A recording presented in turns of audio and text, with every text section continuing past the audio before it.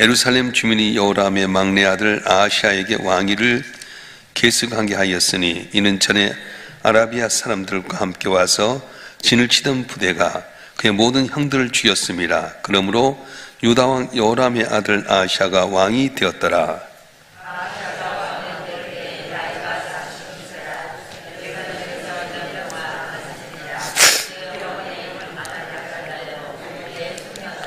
아하시아도 아합의 집길로 행하였으니 이는 그의 어머니가 깨어 악을 행하게 하였습니다.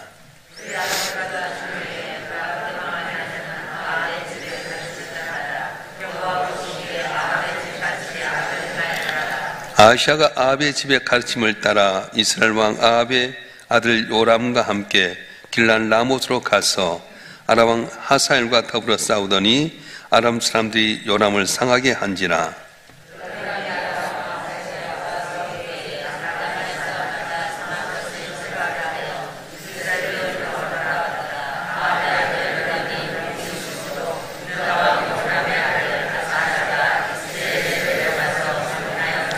아하시아가 요람에게 감으로 해를 입었으니 이는 하나님께로 말미암은 것이라. 아하시아가 갔다가 요람과 함께 나가서 님시 아들 예후를 맞았으니 그는 여호와께서 기름 부으시고 아합의 집을 멸하게 하신 자더라.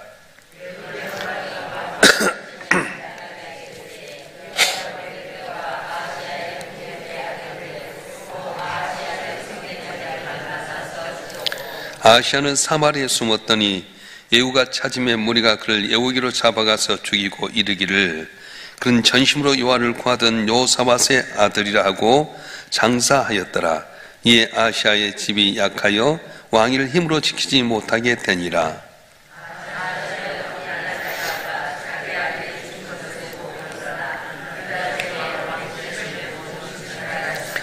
왕의 딸 여호사밧이 아하시아의 아들 요아스를 왕자들이 죽임당하는 중에서 몰래 빼내어 그와 그의 유모를 침실에 숨겨 아달랴를 피하게 하였으므로 아달랴가 그를 죽이지 못하였더라. 여호사밧은 요람 왕의 딸이요 아하시아의 누이요 제사장 요야다의 아내이더라. 요아스가 그들과 함께 하나님의 전에 6년을 숨어 있는 동안에 아달랴가 나라를 다스렸더라. 아멘. 오늘 우리가 이제 이스라엘의 슬픈 역사를 보게 되는데요. 북이스라엘의 가장 악한 왕과 왕비가 있었습니다. 아합과 이세벨이라고 하는 왕과 왕후가 있었는데 우상을 섬기고 모든 이스라엘 백성들을 하나님 곁을 떠나서 우상을 섬기게 했던 그런 왕과 왕비였습니다. 그에게 딸이 있었는데 아달랴라고 하는 딸이 있었는데요. 여호사밧의 아들 요람과 이제 결혼하게 됩니다. 그러므로 말미암아서 하나님을 잘 믿었던 이 여호사밧의 가문이 풍파가 일게 됩니다. 자, 그래서 이제 아달랴가 유대 땅에 오면서 자기가 섬겼던 발과 아세를 섬기게 만드는데 두 가지를 가지고 오게 됩니다. 첫째는 우상을 섬기는 광적인 열심입니다.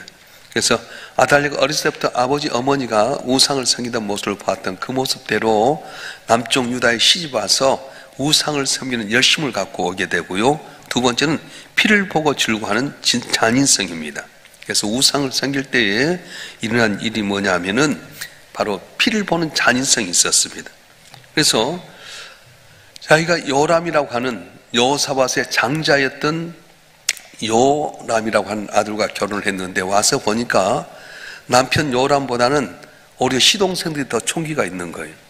여호사밧 왕이 자기 아들들을 다 6명의 아들들을 성지를 나눠줘가지고 그걸 생활하게 만든 이유는 혹시라도 형제간에 싸우지 못하게끔 만들었는데 와서 보니까 아달랴가 보니까 자기 남편들보다 시동생들이 훨씬 더 하나님을 잘 믿었고 영성이 뛰어나고 혹시라도 그들 가운데 누가 부추겨서 왕이 되려고 쿠데타를 일으키면 꼼짝없이 자기 남편이 당할 것 같아서 그때부터 남편을 긋기 시작합니다. 여보, 당신 위태롭다고. 첫째 시동생이 더 나은 것 같고 둘째가 똑똑한 것 같고 셋째도 그런 것 같고 죽여야 된다. 그래서 남편은 막 들들 볶아가지고 결국은 여호사밧의 다른 6 아들을 다 죽고 말아버립니다. 자, 하나님께 이런 왕과 왕비를 가만두겠습니까? 그래서 하나님은 블레셋과 아라비아 사람들 충동해서 일으켜서 이제 이 땅을 공격해 왔는데 이 요람 왕의 모든 재산을 약탈해가고 아달랴를 제한 다른 아내들 다 잡아가게 죽이게 됩니다. 그리고는 막내 아들은 아하시아 하나만 남겨두게 됩니다. 이렇게 이제 다 죽게 되고 아하시아라고 하는 아들 하나만 살아남았는데, 다른 여인 같으면 실신해야 되지 않겠습니까? 엉엉 울고 통곡해야 될 텐데 오히려 눈이 총기가 있는 거예요. 자, 이런 일이 있은 다음에 하나님께서 이 요람이라고 하는 왕을 치게 됩니다. 이제 아라비아 사람과 또한 블레셋 사람들이 와서 자기 땅을 다 정벌하고 모든 재산을 약탈해가고 자기 아내들을 다 죽이고 아들줄 죽이니까 화병이 났습니다. 그래서 그러다 보니까 창자가 썩기 시작했고 나중에 창자가 밖으로 나서 죽게 됐어요. 8년 만에 죽게 됩니다. 보통 사람들이 죽으면 애도하고 그래야 할 텐데 8년 동안 왕위를 다스렸지만은 누구 하나도 이 요람 왕에 대해 슬퍼하거나 애도한 일이 없습니다. 오늘날 국립묘지 같은 왕실의 묘에 묻혀져야 할 텐데 예루살렘 성이 오긴 했지만은 왕실의 묘지에 묻히지 못하는 그런 비참한 왕이 되고 말았습니다. 자, 이렇게 되면 남편도 죽게 되고 아들들도 다 죽게 되고 약탈당하고 그러면 어떻게 합니까? 정말 많이 슬퍼하고 애통해야 될 텐데 아달랴는 더 눈이 총기가 있는 거예요. 왜냐? 자기가 원하는 소원이 있었어요. 자기가 섬겼던 바알과 아세라 성기를, 그 성기를 모든 유다가 다 섬기를 원해서 아들 아하시아를 자기 손에 딱 섭정을 하기 시작합니다. 그래서 이렇게 모든 이스라엘로 하여금 남쪽 유다로 하여금 하면 등지게 하고 우상을 섬기게 하다 보니까 어떻게 하는 겁니까? 왕으로 해야 될 일을 하지 못하다 보니까 결국 쿠데타 피살을 당해서 결국은 이 아하시아라고 하는 아들이 죽게 됩니다. 자, 이렇게 되면 어떻게 하겠습니까? 남편도 죽고 모든 자기 아들도 다 죽어버리고 재산도 약탈당하고 힘이 없으면 허탈해하고 낙심하고 절망해야 될 텐데 이해는 그렇지 않아서 아주 기쁨이 충만해가지고요, 자, 직접 왕관을 쓰고 왕이 됩니다. 6년 동안을 왕위에 올라가게 됩니다. 그러면서 어떻게 하냐? 오늘날 우리가 눈에 여도 아프지 않은 손자들을 다 죽여버려요. 손자들을 다 죽이는 가운데 여호사밧이라고 하는 대제사장의 아내, 자기의 딸인데 손자를 죽이다 보니까 그 많은 손자들 가운데 하나 정도는 없어도 되겠지 하는 그런 마음으로 여호사밧이 요아스라고 하는 아들을, 한 살배기 아들을 그 신부와 더불어서 숨겨놓게 됩니다. 침실에 숨겨놨다가 성전에 가서 키우게 됩니다.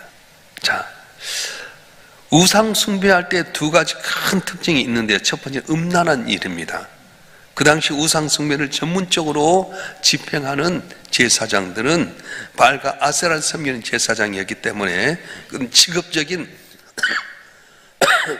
간음자였고 장녀들이 바로 이 제사장 역할을 했습니다. 그래서 그 당시의 특징은 우상 숭배 음란이었고요, 두 번째 특징은 잔인성이었습니다.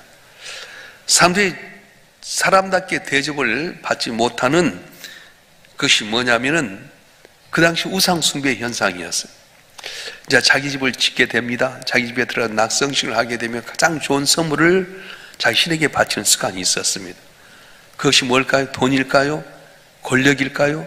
물질일까요? 아니요, 자기 자식이었어요. 그래서 우상을 숭배하게 될 때 자기 자식을, 그것도 첫 번째 아들을 자기 신에게 드렸어요. 이게 잔인성이 있었습니다. 그런 사회에 무슨 국률이 있겠습니까? 그런 사회에 무슨 정의가 있겠고 그런 국가에 무엇을 기대할 수 있겠습니까? 사회, 정치, 문화 모든 문제에 있어서 멸망으로 치닫고 있었습니다. 브레이크가 고장난 차가 정신없이 이렇게 내려가듯이 그 당시에 우상을 섬기다 보니까 하나님 보시기에도 악을 행하고 모든 사람이 볼 때도 너무 잔인하고 어려운 상황이 있었습니다. 이 위기는 단지 그 한 가정의 위기가 아니었습니다. 그 국가의 위기로 치닫고 말았습니다. 오늘 우리도 마찬가지입니다. 이 시대 속에 이 어려운 가운데 우리 가문을, 우리 교회를, 이 나라의 민족을 누가 건져낼 수 있겠습니까? 유감스럽게도 정치가의 큰 입이, 경제인들의 큰 손이, 학자들의 큰 머리도 사람을 구하지 못한다는 거예요. 역사를 구할 때 보면 아주 버잡고도 초라한 사람들을 통해 역사했는데 그 당시 대제사장 여호야다와 그 아내 여호사밧이었습니다. 왜 그때 당시 대제사장이 초라하고 보잘것 없습니까? 하나님 잘 믿고 좋은 시절에는 대제사장이 존귀한 자였지만은 발과 아세라를 섬기는, 다 우상을 섬기는 시대 속에서 대제사장의 목숨은 파리 목숨과 같았어요. 아주 미천하고 보잘것 없는 존재가 대제사장이 되고 말았습니다. 그런데 이 대제사장 여호야다와 여호사밧이 이 요아스라는 왕자를 성전에서 키우게 됩니다. 여러분, 왜 성전에 키웠을까요? 성전을 아무도 못 찾아왔어요. 바알과 아스라를 섬기지 않으면 다 죽인다고 하니까 누가 성전 가겠습니까? 오히려 바알을 섬기고 아스라를 잘 섬기는 등급에 따라서 오히려 그들에게 관직에 올라갈 수 있는 길이 열려졌는데 누가 성전에 가겠습니까? 그래서 성전에서 안전하게 6년 동안 지키게 됩니다. 이 아달랴라고 하는 왕후가 6년 동안 왕이 되면서 유다 땅을 완전히 우상을 섬기게 만들고, 그리고 막 하여튼 자기 뜻대로 이끌어 나가고 말았습니다. 자, 그런데 이때 여호야다와 여호사밧이라고 하는 대제사장과 대제사장의 부인이 어린 핏덩어리 요아스 왕을 철저히 말씀 가운데 훈련합니다. 말씀 가운데 훈련하게 되고 하나님만 의지하게 만들고, 그리고는 제 7년 되었을 때, 7살이 되었을 때 왕이 복위식을 하면서 이제 역전이 되게 됩니다. 아달랴를 이제 죽게 돼 만들어요. 그러면서 여호아하스가 이제 거기에 종교 개혁을 일으키게 되는데 하나님 우상을 다 철폐해 버립니다. 하나님 앞에 다 돌아오게 만들고 올바로 서게 만들었습니다. 역사를 구한 사람들을 보게 되면 보잘것없는 그런 사람들이었는데, 이들은 어떤 눈이 있었냐? 지금까지는 환경과 조건이 부족했을지라도 그들은 눈이 있었어요. 어떤 눈? 사람을 키우면, 잘 좋은 사람을 키우면 이 사람들이 나중에는 이 나라, 이 민족을 건지는 위대한 사람이 될 수 있다고 하는 그런 눈이 있었습니다. 우리 어렸을 때 이제 복숭아를 먹으면 복숭아에 벌레가 많이 나왔잖아요. 지금 벌레가 없어요. 우리 어렸을 때는 복숭아를 먹을 때 밤에 먹으라 그렇게 이야기했어요. 혹시 생각나죠? 젊은 사람들 생각이 안 날 텐데, 왜냐, 복숭아에 벌레가 있었거든요. 그래서 먹을 때 아작아작 씹어 먹으면 벌레도 씹어 먹고 그랬어요. 근데 여러분, 그 딱딱한 이 복숭아 안에 벌레가 뚫고 들어갔겠어요? 아니에요. 이제 복숭아 접붙이면서 꽃가루에다가 그 어미 벌레가 살짝 새끼를 낳습니다. 새끼를 뿌려놓으면 그 꽃이 필 때, 복숭아 꽃이 필 때 거기에다가 이제 새끼를 쳐주면 그것이 자라면서 그 안에서 슬금슬금 자라게 되는 거예요. 아주 새싹일 때, 어렸을 때 거기 들어가 가지고 자라게 됩니다. 그래서 어린애가 참 중요해요. 사탄은 항상 우리 애들에게 그렇게 역사합니다. 요즘 우리가 이렇게 보게 되면 우리 다음 세대들, 청년이나 중고등학교 학생들 보게 되면 어디서 배웁니까? TV를 통해서 보고요. 여러 가지 다 유튜브를 통해서 본다든가 핸드폰 통해 보잖아요. 그래서 젊은이들이 텔레비전 보면서 그럼 살다가 맞지 않으면 저렇게 이혼해도 되는구나. 드라마에서 나오는 거예요.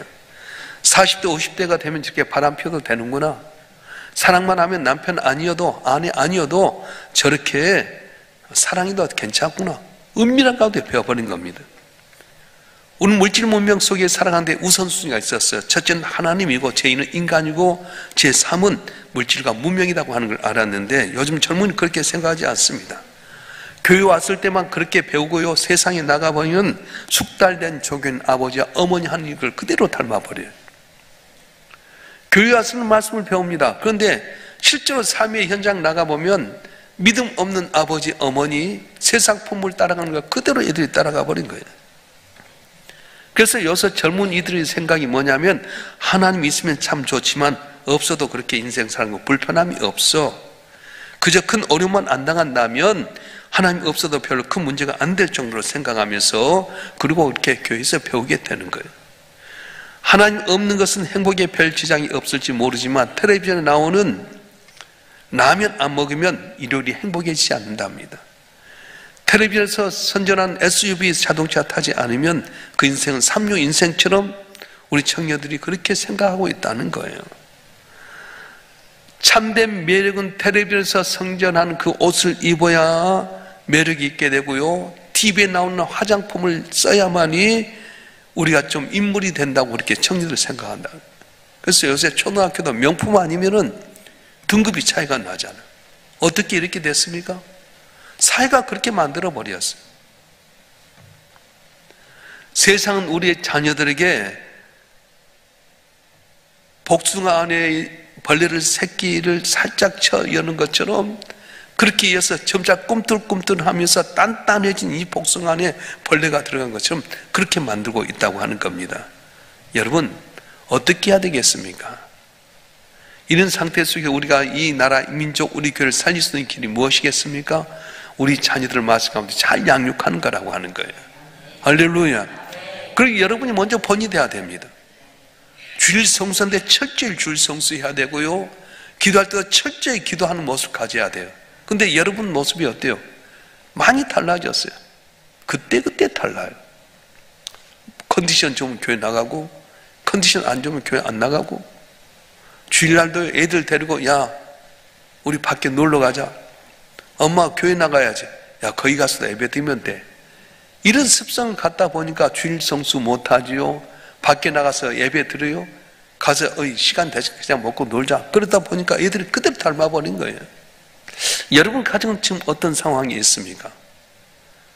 우리가 자녀들에게 정말 본이 되고 하나님을 경건하게 섬기고 뭘 하는가 하면 우선순위로 살아야 할 텐데 그러지 못하다 보니까 세상 속에서 TV에 나오는 그런 것만 바라보면서 그대로 닮아가 버린 거예요.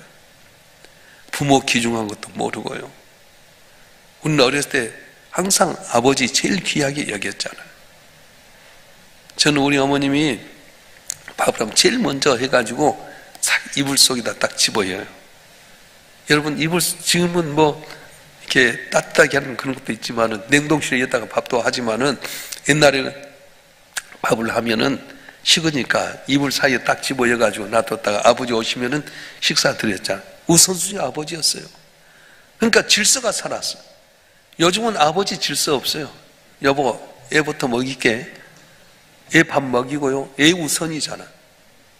이게 애들도 지가 우선인 줄 알아. 집에 개도 순위를 아는데 사람은 순위를 몰라요.